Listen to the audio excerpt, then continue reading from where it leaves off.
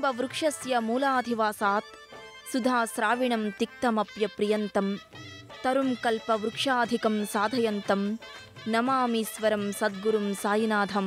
నేటి భక్తి సమాచారంలో తూర్పుగోదావరి జిల్లా బలభద్రాపురంలో ఆంధ్ర శ్రీ షిరిడీ సాయిబాబా మందిరం దర్శిద్దాం. నిన్ను గని శరణమని సన్నుతించు వేళ జన్మధన్యమవుతుంది బాబా, మా జన్మధన్యమవుతుంది బాబా. దాతవని తలచుకొని జోతలిడే వేళ దైవం తల ఊపుతుంది కాదా, దైవం తల ఊపుతుంది కాదా. ఏ భక్తుడితో ఏ కార్యం చేయదలిచాడో ఆ కార్యం నిర్విఘ్నంగా పూర్తి చేయిస్తాడు శ్రీ షిరిడీ సాయిబాబా. అదే కోవలో నిర్మితమైనది శ్రీ షిరిడీ సాయిబాబా మందిరం బలభద్రాపురం. భక్తులందరూ సత్సంకల్పంతో సద్భక్తితో నిర్మించిన ఆలయం. ఈ ఆలయ నిర్మాణం అత్యంత సుందరంగా ఉంటుంది. ఆలయ చైర్మన్ వెంకటకృష్ణ పురుషోత్తమరెడ్డి గారు వారి సతీమణి గారితో బలభద్రాపురంకు సమీపంలో ఉన్న ధవళేశ్వరం సాయిబాబా మందిరం దర్శించేవారు. బాబాకి తమ గ్రామంలోనే ఆలయం నిర్మించాలని పురుషోత్తమరెడ్డి గారి మనస్సులో సంకల్పం అంకురించింది. బాబావారే తన భక్తుని మనస్సులో సంకల్పం కలిగించారని భక్తుల విశ్వాసం. ఆ విశ్వాసానికి ప్రతీక ఈ ఆలయం. 2003 ఫిబ్రవరి 20 గురువారం రోజున శంకుస్థాపన జరిపి 2005 ఫిబ్రవరి 17న శ్రీ శ్రీ శ్రీ స్వామి సత్యపదానంద ప్రభుజీ గారి సువర్ణ హస్తాలతో విగ్రహ ప్రతిష్ఠ జరిగినది. భక్తులు రచించిన సాయికోటి పుస్తకాలు బాబావారి పీఠం క్రింద ఉంచబడినవి.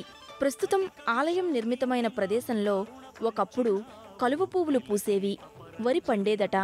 ఈ రెండు లక్ష్మీ ప్రతీకలుగా చెప్తారు. ఇలకే అపరంజి వెలుగు నీవు,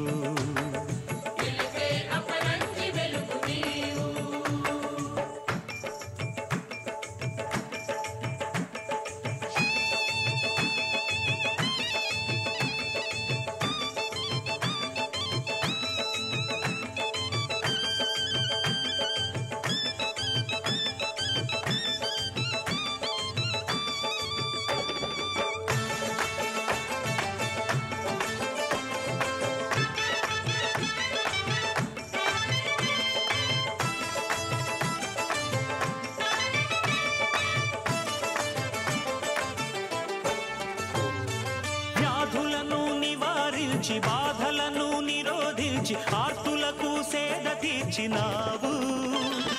శరణాగతులందరికీ సద్గతులను కలిగించి సమతామూర్తివై నిలిచినావు.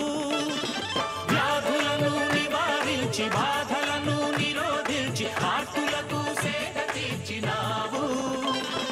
శరణాగతులందరికీ సద్గతులను కలిగించి సమతామూర్తివై నిలిచినావు. భిక్ష స్వీకరించి ప్రాణభిక్ష పెట్టినావు. ఇదే బాబావారి దివ్య మంగళమూర్తి. ఈ మూర్తి సజీవమూర్తిని తలపింపజేస్తూ భక్తుల మనసులను పులకరింపజేస్తుంది. అమ్మా, అలాంటి వాళ్ళది నిజమైన ప్రేమ కాదు, అది వ్యామోహం. ఎగ్జాక్ట్లీ చిన్నత్త, నిజంగా ప్రేమించుకున్న వాళ్ళు అలా చేయరు. ఎంత మనసు విరిగిపోతే కన్న కూతుర్ని పట్టుకొని మా దృష్టిలో చచ్చిపోయా ఉంటుందా తల్లి? అది సరే అమ్మా, తన కూతురుతో తన మాట అనేటప్పుడు ఆమె మాటల్లో వ్యథ, కళ్ళల్లో బాధ గమనించావమ్మా? పెద్దబాబుకు బర్త్డే విషెస్ చెప్పు కూడా వెళ్ళాం కదా. ఊరికే ఎలా కాలిపోతుంది? మంట పెడితేనో పడితేనో తగలబడుతుంది.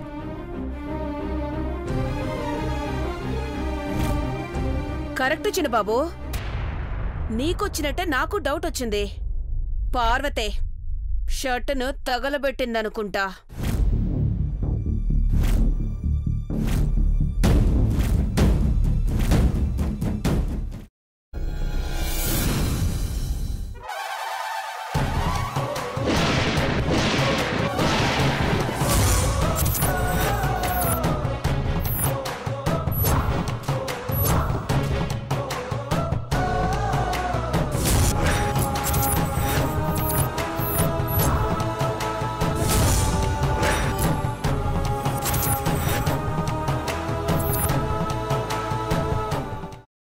వేసుకున్న తర్వాత పొట్టు తీసేసి చాప్ చేసి పక్కన పెట్టుకోవాలి.